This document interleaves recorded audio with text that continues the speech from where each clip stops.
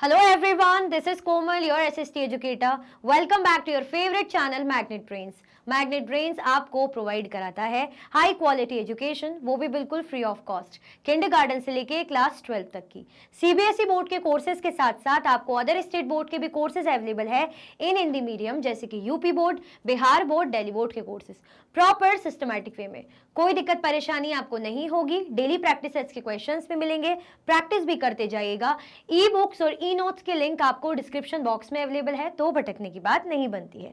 सो आज हम क्या करने वाले हैं, चैप्टर 9 हमारा है new empires and kingdoms, worksheet उसकी कंप्लीट करने वाले हैं। वही हमारे पास फिल इन द ब्लैंक्स हो सकते हैं, मैच द कॉलम हो सकते हैं, या कुछ भी जो आ जाए उसको फिर हम फटाफट से सॉल्व करेंगे बढ़िया तरीके से। चलो स्टार्ट करते हैं। पहले आप क्या कर दो, जल्दी जल्दी से लाइक शेयर कर दो, ठीक है। जल्दी जल्दी से आपको क्या काम करना है, लाइक एंड शेयर करने का करना है। उसके बाद आपको दिख रहा है ट्रू एंड फॉल्स। चलो फर्स्ट क्वेश्चन क्या है, Arvind was suppose to be acting as Samudragupta. Arvind को कहा गया था कि भाई तुम्हें किसका रोल करना है, एक राजा का रोल करना है ना, जो वीणा भी पकड़ा है, बड़ा ब्रेव राजा भी है ना। क्या समुद्रगुप्त के लिए था, ट्रू है या फॉल्स है, बताइए। क्या समुद्रगुप्त के रिगार्डिंग ही बात की जा रही थी, इज इट ट्रू और फॉल्स, बताओ।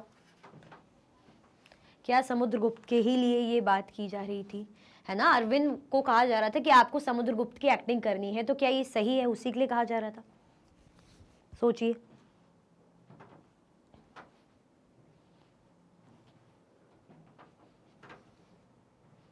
Arvind was suppose to be acting as Samudragupta, तो ये क्या हो जाएगा, ये बिल्कुल हाँ ट्रू सही बात है, समुद्रगुप्त का ही कहा जा रहा था। देखा नहीं था, अरविंद को कहा था कि आपको बैठना है, आपको वीणा पकड़नी, तो वो भी सोच रहे थे कौन से राजा है जो पोइट्री भी कर रहा है, वीणा भी पकड़ा हुआ है, ऐसा कौन सा राजा हो सकता है, बढ़िया क्राउन वाउन पहन के जा रहा है, तो वो समुद्रगुप्त था।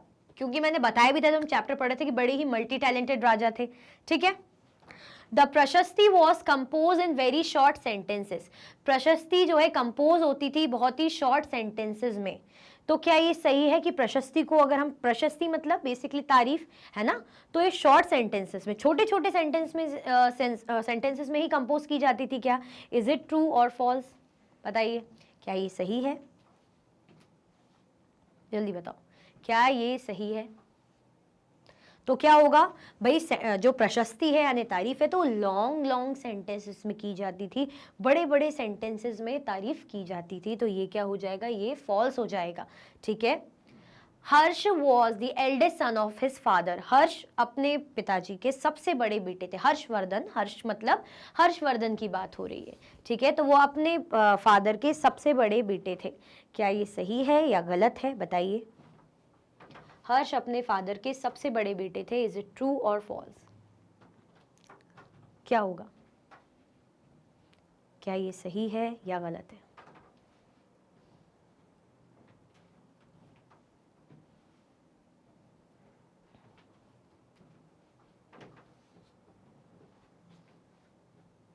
हर्ष was the eldest son of his father, तो ये क्या हो जाएगा, ये गलत हो जाएगा, एल्डेस्ट सन नहीं थे। Harsh took over the kingdom of Kannauj and then led an army against the ruler of Bengal. हर्ष ने क्या कर लिया था, हर्ष ने कन्नौज का किंगडम ले लिया था और फिर उसने बंगाल के अगेंस्ट आर्मी को लीड करा था। किसके अगेंस्ट, बंगाल के अगेंस्ट जो आर्मी थी, मतलब उनको लीड करा था। क्या ये बिल्कुल सही है, हर्ष के बारे में ऐसे ही करा था हर्षवर्धन ने, इज इट ट्रू और फॉल्स, बताओ, सोचो। हर्षवर्धन के बारे में हमने पढ़ा था, तो क्या ये सही है या गलत। हर्ष took over the kingdom of Kannauj and then led an army against the ruler of Bengal, तो ये क्या हो जाएगा, बिल्कुल सही बात है ये। The Pallavas and Chalukyas were the most important ruling dynasty in central India, है ना। पल्लवास और चालुक्यास के बारे में बोल रहे हैं कि ये क्या थी, बहुत ही इंपॉर्टेंट रूलिंग डायनेस्टी थी सेंट्रल इंडिया की। तो क्या ये सही बात है कि सेंट्रल इंडिया की ये रूलिंग इंपॉर्टेंट डायनेस्टी थी, सेंट्रल इंडिया, है ना, मध्य भारत की बात हो रही है, और नाम कौन सी डायनेस्टीज का है, पल्लवा एंड चालुक्यास। तो सोचो आप, क्या सही बात है, क्या ये बिल्कुल सही है, सोचिए आप, सोचो सोचो।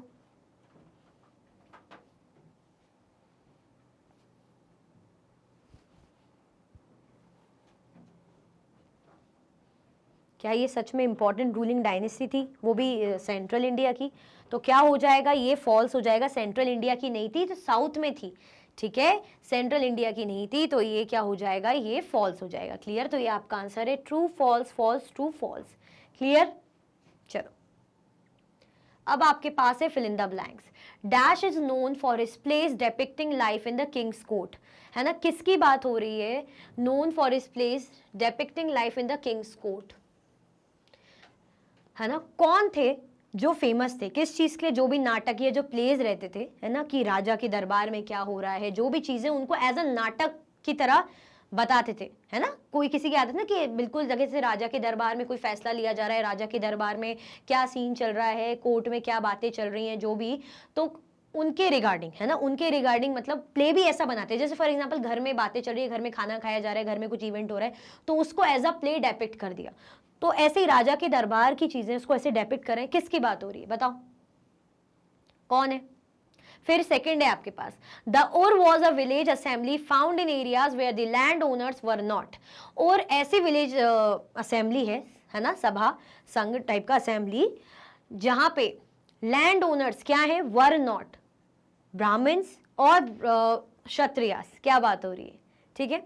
The poet dash was a महादंड नायक और chief judicial officer like his father, किस पोएट की बात हो रही है, जो पोएट क्या था, महादंड नायक भी थे, है ना, चीफ जुडिशियल ऑफिसर भी थे अपने पिताजी की तरह, किस पोएट की बात हो रही है, ये मैं रीड कर रही हूं, आप जब तक आंसर कीजिए। Pulakeshin also attack the dash king who took shelter behind the walls of Kanchipuram, है ना, जिन्होंने कांचीपुरम की वॉल्स के अगेंस्ट क्या ले लिया था, शेल्टर ले लिया था, किसकी बात हो रही है, पुलक्शिन ने अटैक करा था। Pulakeshin also attack the dash king who took shelter behind the walls of Kanchipuram, जो कांचीपुरम की वॉल्स के अंदर जिन्होंने शेल्टर ले लिया था, है ना, कौन से किंग की बात हो रही है। और dash the capital of the Chalukya was an important trading centre, किस कैपिटल की बात हो रही है चालुक्य की, जो इंपॉर्टेंट ट्रेडिंग सेंटर था, क्या एहोल की बात हो रही है ना, क्या यहाँ पे हम हर्षवर्धन की बात कर रहे हैं, क्या यहाँ पे हम ब्राह्मण्स कह रहे हैं, क्या यही आंसर है जो मैं बोल रही हूं। चलो देखते, तो पहला आंसर हमारा क्या हो जाएगा, कालिदास की बात हो रही है ना। कालिदास जी जो कवि थे, उनका तरीका कैसा था कि जो भी चीजें राजा के कोर्ट में दरबार में हो रही है उसको एज अ प्ले दिखाना, दर्शाना। फिर और जो विलेज असेंबली थी, where the land owners were not Brahmans, क्या हो जाएगा आंसर हमारा, ब्राह्मण्स हो जाएगा। The poet dash was a महादंड नायक और chief judicial officer like his father, किस पोएट की बात हो रही, तो हर्षवर्धन, हरिसेना की बात हो रही, सॉरी हर्षवर्धन निकल रहा है, सॉरी हरिसेना जो समुद्रगुप्त के पोएट थे, है ना, हरिसेना की बात हो रही है, सॉरी वो Harshavardhana. Pulakeshin also attack the dash king who took shelter behind the walls of Kanchipuram, कौन से किंग की बात करें, क्या पल्लवास किंग की बात करें, चालुक्यास किंग की बात करें, या चोल्स किंग की बात करें, कौन से वाले किंगडम की किंग की बात कर रहे हैं, तो पल्लवास की बात करें, ठीक है। फिर किस कैपिटल की बात करें, यहाँ पे एहोल की बात करें, ठीक है, आंसर हमारा एहोल हो जाएगा।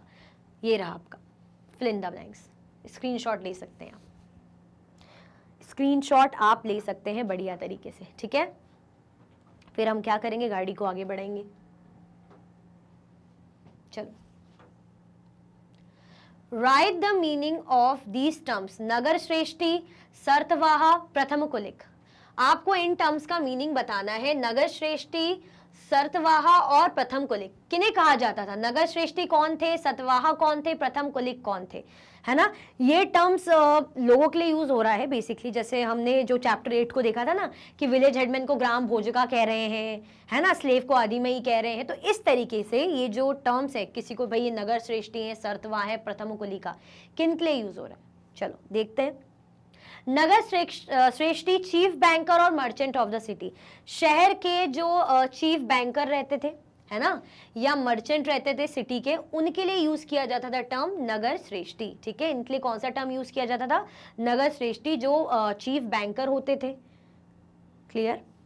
सर्तवाह, leader of the merchant caravans, जो मर्चेंट कारवांस मतलब जो ट्रेडिंग करते हैं, है ना, जिनका काम बाइंग एंड सेलिंग का होता है, कारवांस रहते हैं, ठीक है, तो उनके जो लीडर हैं, इनको क्या कहा जा रहा है, सर्तवाह कहा जाता था।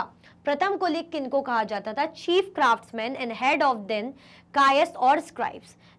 अब किसे बोल रहे हैं, प्रथम कुलिका, जो चीफ क्राफ्ट्समैन रहते थे और हेड रहते थे किसका, कायस्थ और स्क्राइब्स, है ना। स्क्राइब्स कौन होते, जो लिखना वगैरह जानते, क्लियर हुआ। तो किस किस के बारे में देखा हमने, नगर श्रेष्ठी, सर्तवाहा और प्रथमा कुलिका, क्लियर? चलो, mention an important source of information about Samudragupta. Samudragupta के बारे में आपको क्या बतानी है, इंपॉर्टेंट जो है सोर्स ऑफ इंफॉर्मेशन, क्योंकि समुद्रगुप्त मैंने बताया भी था कि बहुत ही तारीफ के काबिल वाले इंसान थे, समझ लीजिए, है ना। काफी सारे जो उनमें क्वालिटीज थी, भर भर के क्वालिटीज थी, है ना। चलो, an important source of information about Samudragupta is a long inscription in the form of poem written in Sanskrit by his court poet Harisena nearly 1700 years ago. अगर हम बोल रहे हैं कि ये सोर्सेस, जानकारी कि समुद्रगुप्त इतने अच्छे थे, इतने टैलेंटेड थे, मल्टी टैलेंटेड थे, ये नॉलेज था, ये ज्ञान था, तो ये जानकारियां हमें मिली कहाँ से? तो ये इंपॉर्टेंट सोर्स हमें कहाँ से मिला है? जो लॉन्ग इंस्क्रिप्शंस थे, किसके? पोएम के फॉर्म में संस्कृत में लिखे गए थे, है ना, उनके कोर्ट पोएट के द्वारा, उनके सभा के जो पोएट हैं, जो कोर्ट के पोएट हैं, हरिसेना, लगभग 1700 सालों पहले, क्योंकि हरिसेना ने इनकी तारीफ भर भर के की थी, ठीक है। हरिसेना ने क्या की थी? इनकी तारीफ बहुत ज्यादा भर भर के की थी, ठीक है, जो संस्कृत में लिखा हुआ है। क्लियर? कि ब्रेव थे, काफी ज्यादा इन्होंने जीता था लोगों को, हमने मैप में देखा भी था ना कि क्या क्या कौन से एरियाज को इन्होंने कवर किया था, और सबके साथ अलग अलग तरीके से इनका बिहेवियर भी था, किसी को माफ कर दिया या किसी को बिल्कुल ही जड़ से उखाड़ के फेंक दिया, और कहीं का ये देखा गया कि राजा लोग अपनी बेटियों की शादी इनसे करा रहे हैं, है ना, ताकि संबंध जुड़ जाए और सब ठीक रहे। तो ये सारी चीजें हमने देखी थी। कहीं क्या कर रहे हैं, हरा दिया, लेकिन अब ये कहा जा रहा है कि भाई आप रूल कीजिए, लेकिन आप हमें ट्रिब्यूट देते रहिए, और वो राजा लोग इनके दरबार में आके, कोर्ट में आके बैठते भी थे, ठीक है। क्लियर? कोई भी कंफ्यूजन, दिक्कत, डर, समस्या तो नहीं है? आ रहा है अच्छे समझ में? आगे बढ़े, चलो। Who control the local assembly such as sabha ur and nagaram. Local assemblies को कंट्रोल करने का काम कौन करता था, है ना। लोकल असेंबलीज जैसे कौन सी हो गई? सभा हो गई, और हो गए, नगरम हो गए, तो कौन कंट्रोल करता था इन असेंबलीज को, है ना। इन लोकल असेंबलीज को, सभा और नगरम को कौन कंट्रोल करने का काम करता था, बताइए। चलो देख लेते हैं ये भी। These assemblies were controlled by rich and powerful landowners and merchant.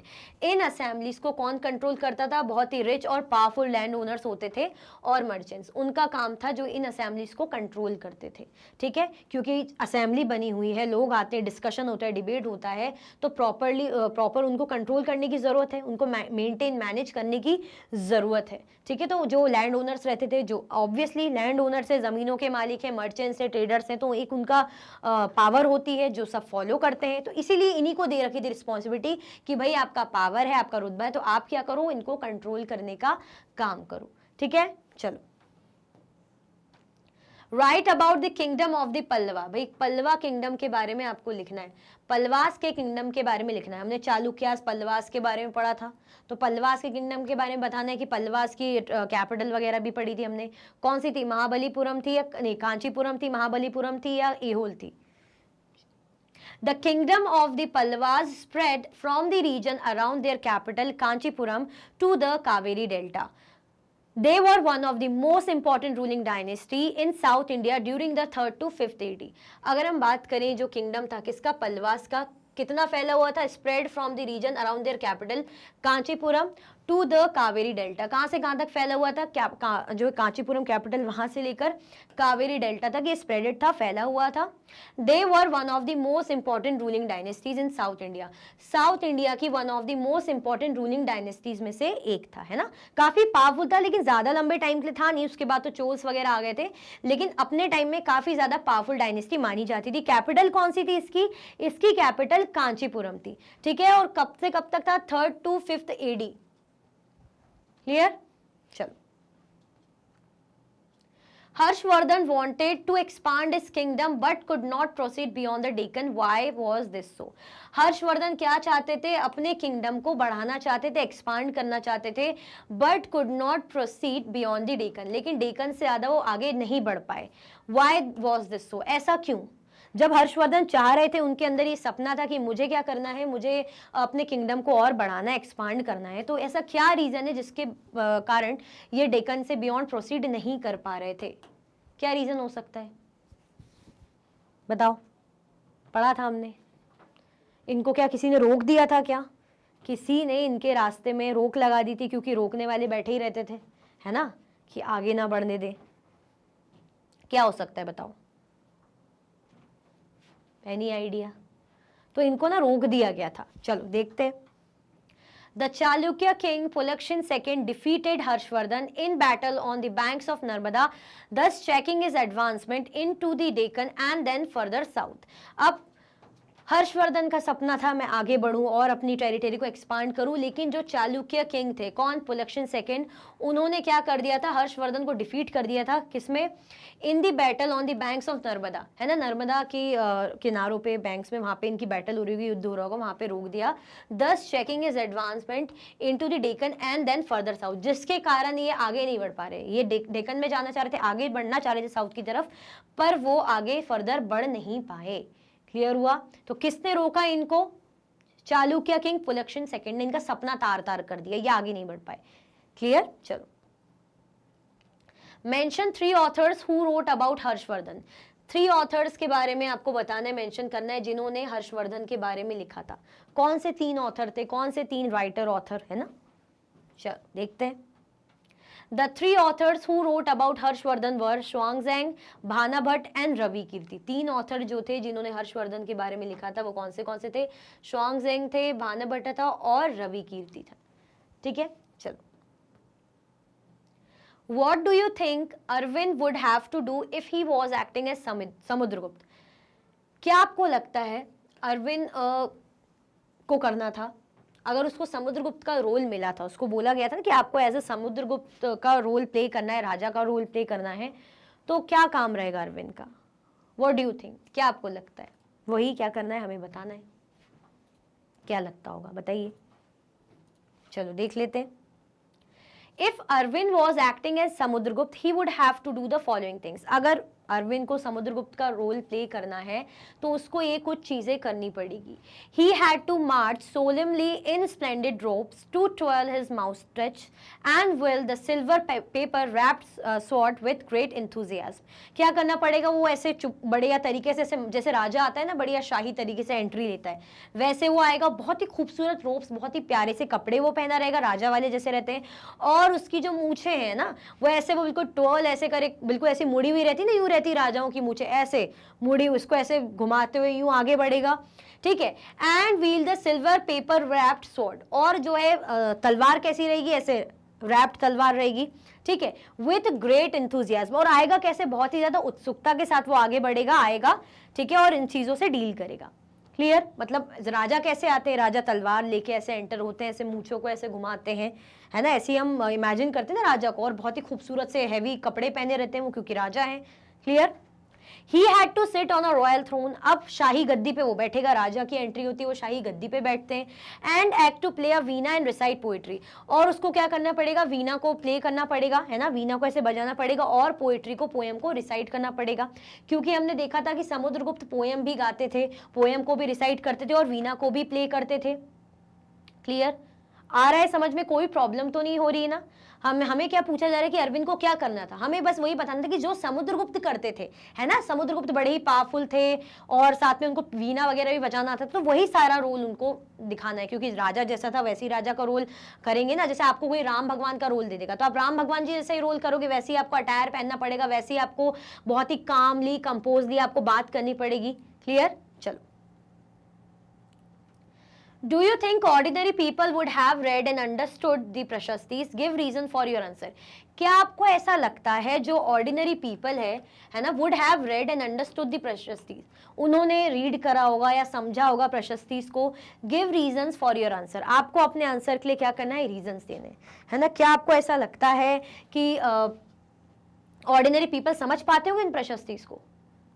क्योंकि प्रशस्तिस एक बहुत ही अच्छे लेवल पे, अच्छी लैंग्वेज में ऐसे लिखा जा रहा है, स्पेशली बात है संस्कृत में, और उसको राजा की तारीफ में उनके बारे में लिखा जा रहा है। तो क्या ऑर्डिनरी पीपल उनको रीड कर पाते थे, समझ पाते थे अगर ऐसे लिखा हुआ है प्रॉपर? तो देखते हैं। प्रशस्ति is a Sanskrit word which means in praise of. प्रशस्ति क्या है? बेसिकली एक संस्कृत वर्ड है ना, संस्कृत का वर्ड है जिसका मतलब क्या होता है? जिसका मतलब होता है इन प्रेज ऑफ, यानी क्या? तारीफ में। Hence the prashastis are compose in praise of contemporary kings. इसीलिए जो प्रशस्तिज है उनको कैसे कंपोज किया जाता है? जो भी राजा हैं उनकी तारीफ में, जो भी राजा रहेंगे उनकी तारीफ में प्रशस्ति लिखी जाएगी, कंपोज की जाएगी। They were written by either royal poets or written by the visitors who visited India during this time. अब इनको लिखेगा कौन? ये जो शाही कवि रहेंगे, पोइट्स रहेंगे, वो लिखेंगे। और कौन लिखेंगे? वो जो विजिटर्स रहेंगे, है ना, जो विजिट करेंगे इंडिया उस टाइम पे, उनने देखा होगा, उनको अच्छा लगा होगा, तो उन्होंने क्या कर दिया? लिख दी prashasti. Mainly these prashastis were written in Sanskrit. Mainly ये जो प्रशस्तिज है संस्कृत में लिखी जाती थी, which was difficult for common man to read and understand. जो एक कॉमन इंसान के लिए, कॉमन मैन के लिए समझना और उसको अंडरस्टैंड करना थोड़ा सा मुश्किल भरा होता था। क्लियर? तो आपको समझ में आया कि ये संस्कृत में इसका मीनिंग हो, संस्कृत वर्ड है प्रशस्ति, जिसका मतलब होता है इन प्रेज ऑफ। यूजुअली राजाओं की तारीफ में लिखी जाती है, या तो कोई बाहर से आएगा वो देखेगा, वो राजा की तारीफ करेगा। ठीक है, अब संस्कृत भाषा में, जैसे अभी मैंने बोला था कि संस्कृत भाषा में लिखी जाती थी, संस्कृत लैंग्वेज आज की भी थोड़ा हमें समझने में प्रॉब्लम होती है, तो उस टाइम की तो इतनी थोड़ी सी हैवी संस्कृत, थोड़ी सी और ज्यादा खतरनाक टफ संस्कृत, उसको समझना जो भी ऑर्डिनरी पीपल, क्योंकि उनकी ऑर्डिनरी भाषा जो आम जनता बोलती थी वो अलग ही भाषाएं बात करती थी, वो संस्कृत का यूज इतना नहीं करती थी, तो उनके लिए थोड़ा सा समझना और पढ़ना और समझना मुश्किल भरा होता था इन प्रशस्ति को। क्लियर? आ रहा है समझ में कि क्यों प्रॉब्लम होती थी? लैंग्वेज की भी कारण। चलो, Who were सामंता? सामंत कौन थे? Who were the Samanta? सामंत कौन थे? कौन थे सामंत? सामंत भी बड़े पावरफुल लोग रहते थे।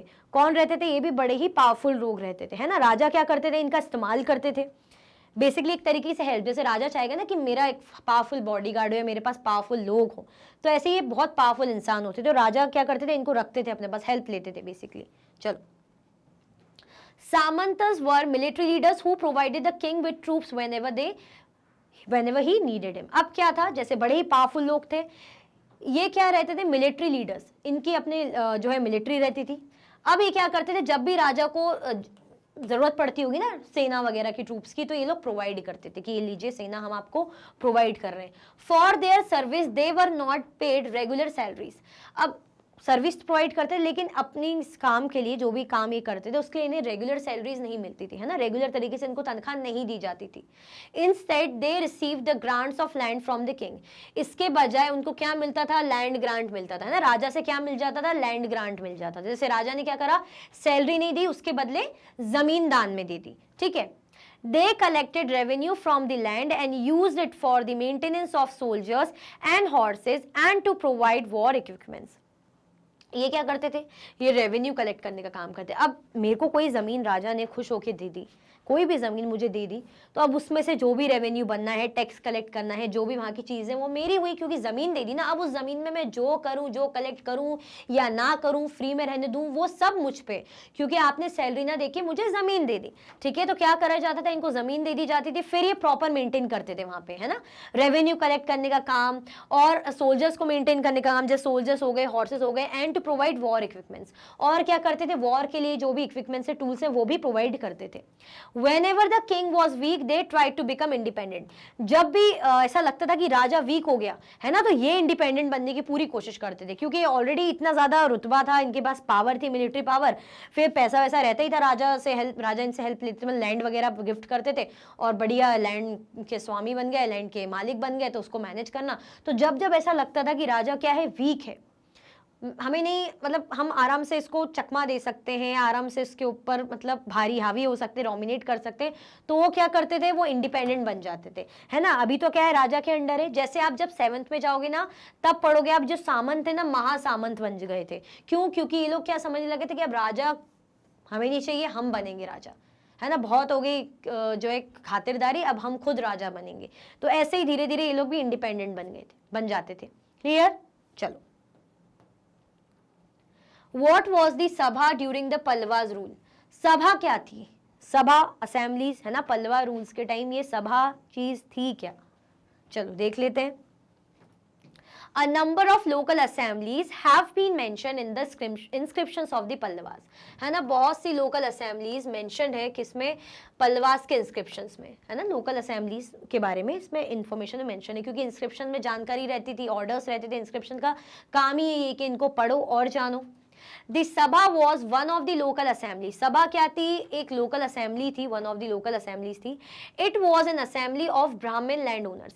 ये किसकी असेंबली थी? ब्राह्मण लैंड ओनर्स की। ये क्या थी? असेंबली थी। जो ब्राह्मण थे, जमीनों के मालिक, उनकी असेंबली रहती थी। दिस असेंबली हैड सब committees that looked after irrigation.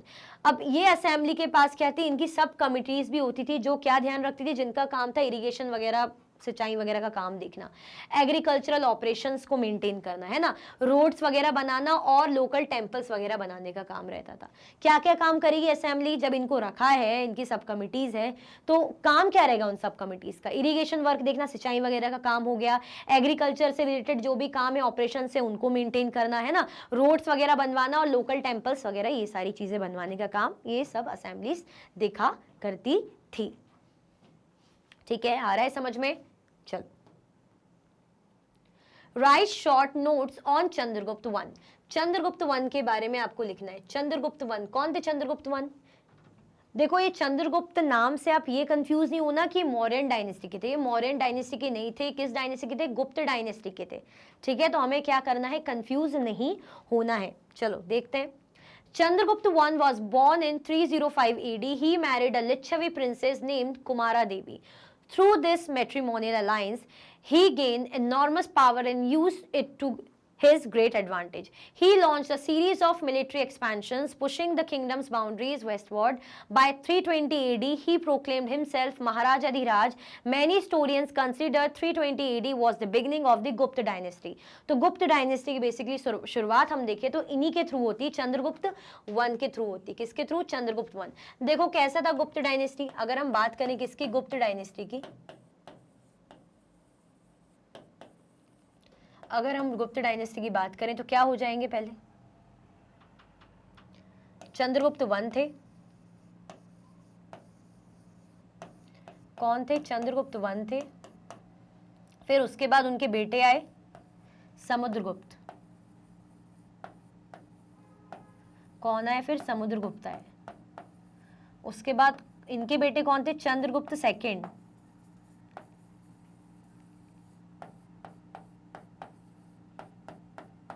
उसके बाद इनके बेटे कौन थे? चंद्रगुप्त सेकंड, है ना। तो ये चंद्रगुप्त गुप्त डायनेस्टी के, मौर्यन डायनेस्टी के नहीं, प्लीज कंफ्यूज नहीं होना। ठीक है, चंद्रगुप्त वन, फिर उनके बेटे समुद्रगुप्त, उनके बाद चंद्रगुप्त टू, समुद्रगुप्त के बेटे। क्लियर? तो अब क्या बताया जा रहा है कि इनका जन्म कब हुआ था? लगभग 305 AD में। He married a Licchavi princess named Kumara Devi. Licchavi princess थी, लिच्छवी गण जो हम कहते हैं, जिनका नाम कुमारा देवी था, उनसे शादी की थी। अब इस कारण, शादी के कारण क्या होता है, पावर भी आ जाती है क्योंकि वेल्थ वगैरह मिल जाती है। तो बहुत पावर उन्हें मिली थी और जिस पावर को इन्होंने एक मतलब इस ये चीज उन्हें मिली और इससे उन्होंने एक फायदा उठाया, वेल्थ वगैरह मिली, सारी एनॉर्मस पावर वेल्थ मिल रही, तो उससे ऐसा नहीं कि बस उससे हो गया खुश, नहीं, उससे अपनी पावर को और बढ़ाया। जैसे बोलते ना, पैसा आया और उस पैसे से और बढ़ाया, पैसा और बढ़ाया। ठीक है, जैसे लोग कमाते हैं, जॉब करते हैं, जब अच्छा खासा थोड़ा अर्न कर हो जाती, सेविंग हो जाती, तो बिजनेस वगैरह करते हैं। बिजनेस थोड़े कुछ टाइम बाद थोड़ा होता है और अच्छा चल पड़ता है, तो रिच बनते हैं, पैसा वैसा कमाते हैं। फिर उस एक बिजनेस चल रहा है, फिर दूसरा बिजनेस खोल लिया तो और ज्यादा पैसा। तो वैसे ही इनके पास पावर वेल्थ आई, तो इन्होंने क्या करा, इसको एडवांटेज लिया, इस चीज का फायदा उठाया। He launch the series of military expansion. उन्होंने क्या करा था, मिलिट्री एक्सपेंशन की सीरीज लॉन्च करी थी, मतलब खूब मिलिट्री लेकर कॉन्क्वेस्ट में निकल गए कि टेरिटरी और अपनी पावरफुल बनानी है। अगर आपको अपना एम्पायर बड़ा करना है, टेरिटरी बनानी, तो ऑब्वियसली आपको वॉर वगैरह बैटल लड़नी पड़ेगी। Pushing the kingdoms boundaries westward, और धीरे धीरे क्या करा, अपने किंगडम की बाउंड्रीज को वेस्टवर्ड की तरफ, वेस्ट की तरफ धीरे धीरे खिसकाते, मतलब और बढ़ाते गए। बाय 320 AD ही प्रोक्लेम्ड हिमसेल्फ महाराजा धीराज। खुद को क्या बोलने लगे कि मैं क्या हूं, महाराजा धीराज हूं। Many historians consider 320 AD was the beginning of the गुप्त डायनेस्टी, और इसे क्या माना जाता है, गुप्त डायनेस्टी की शुरुआत मानी जाती है। क्लियर? कोई कंफ्यूजन, दिक्कत तो नहीं है? चलो भाई, okay, question number 14, write a short note on Bana Bhatta. Bana Bhatta के बारे में आपको इंफॉर्मेशन देनी है। ये कौन थे? ये भी कोई थे जिन्होंने किसी के बारे में लिखा था, तो कोई कौन हो सकते, पोएट थे क्या ये भी? चलो देख लेते हैं। Bana Bhatta was a distinguished poet and scholar in the court of king Harshavardhana, है ना। जैसे हरि सेना थे जो किनकी तारीफ में लिखते थे, समुद्रगुप्त के, तो ऐसे ही कौन थे, भाना भट्ट। ये भी पोएट थे और स्कॉलर थे, पोएट एंड स्कॉलर थे in the court of king Harshavardhana. Harshavardhana जो राजा थे उनके दरबार में। Living during the 7th century, he was a prominent Sanskrit writer and served as the court chronicler. कहाँ, किस टाइम की बात है, 7th सेंचुरी के टाइम के हैं ये। He was a prominent Sanskrit writer, Sanskrit writer थे बहुत ही famous, and served as the court chronicler, even court में भी बैठते थे। जैसे होता है ना कि अलग अलग रोल दिए जाते, तो ऐसा राइटर तो है ही और पोएट तो है ही, और कोर्ट में बैठते थे। His notable works include Harshacharita and Kadambari. इनके जो फेमस वर्क हैं, जो इन्होंने काम किए होंगे, कौन से हैं? हर्षचरिता है और कादम्बरी है। In Harshacharita Bana Bhatta provides a detail account of king Harshavardhana life's and achievements. Harshacharita में भाना भट्ट ने क्या करा है, डिटेल जो है इंफॉर्मेशन किसके बारे में, राजा जो किंग है हर्षवर्धन, उनकी लाइफ के बारे में और उनके जो जो भी अचीवमेंट रहे। अब पोएट का काम क्या रहता है, मतलब ये लोग तारीफ भी करते थे, ऐसा नहीं है, क्योंकि होता है ना कि कोई मालिक है तो मालिक की तारीफ करो, तो ऐसे ही उनके लिए उनकी तारीफ में क्या करते थे, पूरा प्रॉपर इन्फॉर्मेशन इन्होंने, जानकारी इन्होंने प्रोवाइड करके रखी है।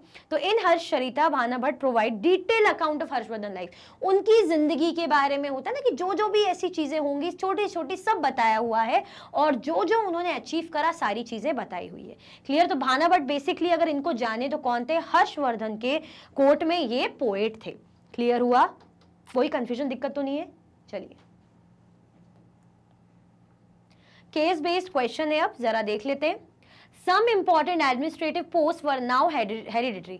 कुछ important जो administrative post थी वो कैसी थी, hereditary थी, यानी वांशिक थी।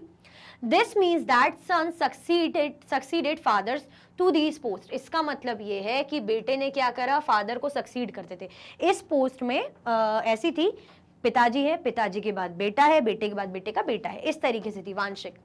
For example the poet Harisena was a Mahadandanayak. जैसे पोएट हरिसेना थे, वो क्या थे, महादंड नायक भी थे और चीफ जुडिशियल ऑफिसर भी थे, अपने पापा की तरह। जैसे उनके पापा थे ना, वैसे ही उनका भी रोल यही था, मतलब मल्टीपल पोस्ट होल्ड कर रहे थे। मतलब तो अभी देखेंगे, महादंड नायक थे जिन्हें चीफ जुडिशियल ऑफिसर कहा जाता था, यानी अपने पापा की पहले पोस्ट थी, अब इनको मिल गई। Sometimes one person held many offices. कई बार एक पर्सन के क्या रहते थे, बहुत से ऑफिसेस रहते थे। एक आदमी रहेगा और उसके उसको खूब सारी ऑफिसेस मेंटेन करने। For instance, besides being a Mahadandanayak, Harisena was a Kumaramatya. जैसे एग्जाम्पल के तौर पे महादंड नायक के साथ साथ हरिसेना क्या थे, कुमार अमात्य भी इनको कहा जाता था। Meaning an important minister, Kumaramatya यानी एक इंपॉर्टेंट मिनिस्टर, मंत्री। एंड संधि विग्रहिका, संधि विग्रहिका भी थे, जिसका मतलब होता है minister of war and peace. कैसे मिनिस्टर, वॉर और पीस के मिनिस्टर, है ना, कुछ भी युद्ध बैटल हो रहा है और पीस शांति के, वो ड्यूटी भी ये संभालते थे। Besides, important men probably had a say in local administration. These included the Nagar Shreshti or chief banker or merchant of the city, the Sartvaha or leader of the merchant caravans, the Pratham Kulika or the chief craftsman, and the head of the Kayas or scribe. इनके अलावा और भी role हमें देखने को मिलते हैं, जैसे नगर श्रेष्ठी जिनको चीफ बैंकर बोलते थे या मर्चेंट रहते थे सिटी के, सर्तवाह कौन थे, मर्चेंट कारवांस के लीडर को कहा जाता था, प्रथम कुलिका जो चीफ क्राफ्ट्समैन है उनको कहा जाता था, ठीक है, और जो हेड थे कायस और स्क्राइब्स के, उनको कहा जाता था। क्लियर? तो ये हमने क्या पढ़ा, ये हमने पैसेज रीड करा। अब क्वेश्चन है, name the post which were assign to Harisena. Harisena को जो जो पोस्ट असाइन थी उनका नाम हमको क्या करना है, उनके नेम्स हमें बताना है कि कौन सी पोस्ट थी। तो बहुत सारी पोस्ट मिली हुई थी, है ना, यहाँ पे देखा था ना। पहले तो चीफ जुडिशियल ऑफिसर महादंड नायक उन्हें कह रहे हैं, और इसके अलावा उन्हें हरिसेना को कुमार अमात्य का रोल भी था, संधि विग्रह का ये वाला रोल भी, मतलब ड्यूटी थी उनकी। तो देख लेते हैं। हरिसेना वॉज महादंड नायक और chief judicial officer, Kumaramatya meaning an important minister, and Sandhi Vigraha का meaning a minister of war and peace. Clear? Explain Nagar Shreshthi, Sarthavaha, Prathama Kulika. नगर श्रेष्ठी कौन है, सर्तवाह और प्रथम कुलिका कौन है, इनके बारे में आपको बताना है। तो यहाँ पीछे पढ़ा था, ये देखो, नगर श्रेष्ठी चीफ बैंकर मर्चेंट उनको बोल रहे हैं सिटी के, सर्तवाह लीडर को, मर्चेंट कारवांस लीडर को बोल रहे हैं, प्रथम कुलिका चीफ क्राफ्ट्समैन को बोल रहे हैं। ठीक है, चलो देख लेते हैं। नगर श्रेष्ठी और चीफ बैंकर और merchant of the city, Sarthavaha और leader of the merchant caravans, Prathama Kulika और the chief craftsman and the head of the Kayas और स्क्राइब्स। क्लियर? चलो सो भाई इसी के साथ हमारा ये चैप्टर की वर्कशीट भी एंड होती है। आई होप सब कुछ आपको बहुत अच्छे से समझ में आया होगा, कोई कंफ्यूजन दिक्कत नहीं होगी। तो लाइक शेयर सब्सक्राइब करना बिल्कुल भी नहीं भूलना है। अगर आप और भी वीडियो के लेक्चर्स देखना चाहते हैं तो मैग्नेट ब्रेन्स की यूट्यूब चैनल, एप्लीकेशन और वेबसाइट से देख सकते हैं। ई नोट्स और ई बुक्स के लिंक आपको डिस्क्रिप्शन बॉक्स में अवेलेबल है। ये सारे हाई क्वालिटी के कोर्सेज हैं, जैसे कि CBSE board, Delhi board, Bihar board, UP board, MP board, Rajasthan board, Vedic maths crash course, spoken English courses अच्छी क्वालिटी में और 100% फ्री अवेलेबल है। आप हमें सारे के सारे प्लेटफॉर्म पर भी फॉलो कर सकते हैं, जैसे कि यूट्यूब है, फेसबुक है, इंस्टाग्राम, एक्स और व्हाट्सअप। तो लाइक शेयर सब्सक्राइब करना बिल्कुल भी ना भूलें। अपना ख्याल रखें। Thank you so much for watching.